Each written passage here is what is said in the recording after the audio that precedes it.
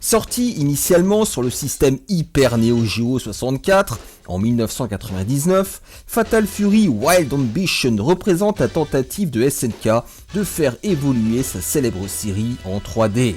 Avec Bulleki 1, ce jeu marque la fin de l'éphémère système arcade de SNK avant d'être porté sur PlayStation la même année au Japon. L'histoire, s'inspirant de celle du premier Fatal Fury, introduit de nouveaux personnages et situe les combats dans différents pays du monde. Il n'est pas exagéré de dire que ce nouvel opus n'a pas rencontré l'enthousiasme des journalistes, comme en témoignent ses critiques. Dans l'ensemble, le jeu est assez amusant malgré une déception graphique. Le gameplay, bien qu'installé, est plutôt décevant. C'est décevant de voir une conversion de 2D en 3D s'avérer si peu réussie, surtout venant d'une franchise aussi prestigieuse. Malgré quelques extras, ils ne suffisent pas à justifier l'achat du jeu. Avec un titre aussi prétentieux que Fatal Fury Wild Ambition, on s'attend à quelque chose d'exceptionnel. Malheureusement, il n'y a aucune ambition, sauvage ou autre, à trouver dans ce jeu qui est un véritable échec. Alors vous allez me demander pourquoi avoir acheté Fatal Fury Wild Ambition. Est-ce un début de démence, une curiosité maladive ou la manifestation du syndrome de Diogène? À vous de juger.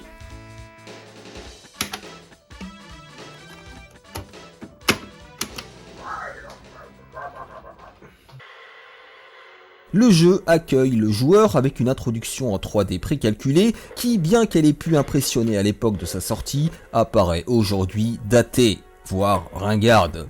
Le passage à la 3D dans Fatal Fury Wild Ambition n'est pas une flagrante réussite, c'est le moins que l'on puisse dire. En 1998, la PlayStation accueillait déjà des titres comme Tekken 3, Soul Blade ou Tobal 2.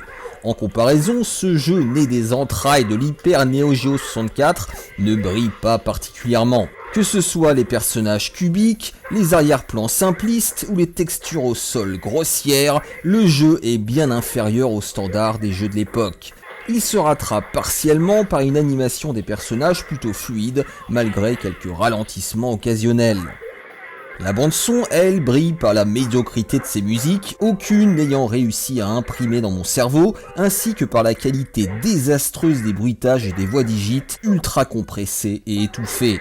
Résultat, la sensation des impacts des coups est dérisoire. Alors autant dire que la possibilité de switcher entre les musiques originales de la version arcade et celles remixées de la version PS1 nous fait une belle jambe. Les équipes de SNK ont tenté de conserver les mécaniques propres aux jeux de combat 2D en les adaptant à un game design 3D. Un choix qui à l'époque semblait logique mais qui s'avère aujourd'hui peu judicieux. La 3D n'apportant aucune valeur ajoutée, voire nuisant au jeu. Certes, elle introduit un certain réalisme dans les mouvements avec une inertie plus marquée que dans les épisodes en 2D. Cependant, cette caractéristique introduit également une légère latence dans l'exécution des coups, affectant la réactivité des contrôles. Il est difficile de ne pas comparer ce jeu à Real Bout Fatal Fury Dominated Mind, sorti un an plus tôt sur la même bécane, tant ce dernier est plus vif et plaisant à jouer.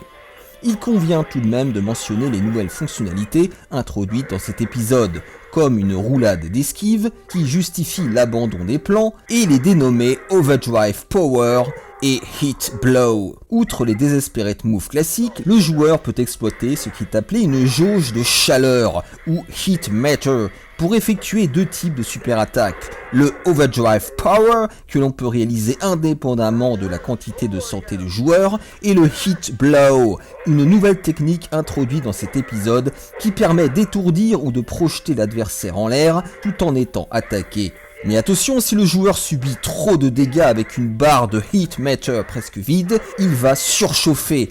Heat, chaud, Heat Meter, ça y est vous comprenez, provoquant son étourdissement. Il y a enfin le Guard Impact qui permet de bloquer une attaque au moment où elle vous touche, sans subir de dégâts et de repousser votre adversaire. Malheureusement, ces nouvelles fonctionnalités, aussi nombreuses et intéressantes soient-elles, sont plombées par les contrôles mous et peu réactifs que j'ai évoqués plus haut. rendant les combats souvent poussifs et peu gratifiants, surtout face à un CPU qui devient particulièrement violent à partir de la moitié du mode arcade. Fatal Fury Wild Ambition propose un total de 12 combattants, y compris de nouveaux visages tels que Toji Sakata, le maître de Geese Howard, et Tsugumi Sendo, une catcheuse qui a été radiée parce qu'elle était vraiment trop méchante, rappelant Sakura de Street Fighter Zero sur le plan du look, rejoignant les personnages familiers de la série. Le jeu vous offre aussi la possibilité de débloquer Duck King et Ryo Sakazaki, sous les traits de Mister Karaté. Le problème est que le contenu du jeu est assez famélique. Un mode arcade, certes accompagné de quelques cinématiques, un mode versus, training, et bah c'est tout.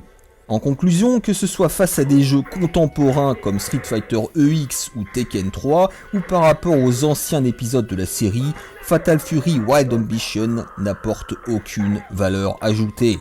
Symboliquement, cette tentative infructueuse de SNK de transformer sa célèbre série en 3D représente le dernier clou dans le cercueil de la vénérable société fondée par Ekeshi Kawasaki.